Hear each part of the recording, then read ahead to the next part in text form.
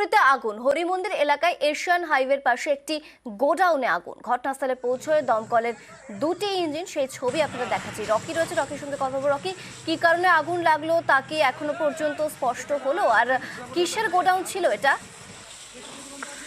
অমৃতা, তোমাকে বলে রাখতে চাইবো, শীতের সকালে বিধ্বংসী আগুন ধূপগুড়ি এলাকায়, আর যার নিয়ে কিন্তু রীতিমতো চাঞ্চল্য ছড়েছে। ধূপগুড়ি হরিমন্দির এলাকায় এশিয়ান হাইওয়ে 48 সড়কের পাশে একটি গোডাউনে প্রাতঃভ্রমণকারীরা দেখতে পায় যে আগুন জ্বলছে দাউ দাউ করে। এরপর কিন্তু চাঞ্চল্য ছড়িয়ে পড়ে।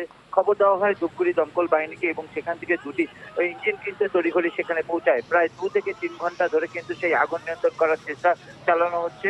সেক্ষেত্রে কিন্তু বলে রাখতে চাইবো, যে গোডাউনে আগুন লেগেছে সেটি একটি ভাঙাড়ির গোডাউন বলে জানা গিয়েছে এবং যার ভেতরে অনেক দাহ্য পদার্থ থাকতে পারে। প্লাস্টিক থেকে শুরু করে প্লাস্টিক জাতীয় জিনিস থাকায় কিন্তু আগুন বড় আকার ধারণ করেছে। এবং সবথেকে বড় সমস্যায় পড়তে হচ্ছে সেখানকার যে কর্মীরা রয়েছেন দমকল বাহিনী, কারণ আশেপাশে কোনো জলাশয় নেই এবং পাশে যে সকল নয়নঝুলি ছিল সেগুলি প্রায় সব ভরাট হয়ে গিয়েছে, যার ফলে পানীয় জলেরও একটি সমস্যা হচ্ছে।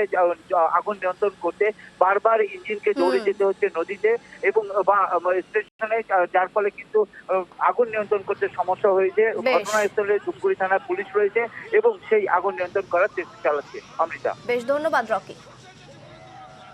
শুনতে পাচ্ছি যে রাস্তা থেকে কে চিল্লাচ্ছে, তো বললো এরকম আগুন লাগার ফলে আগুন লাগছে।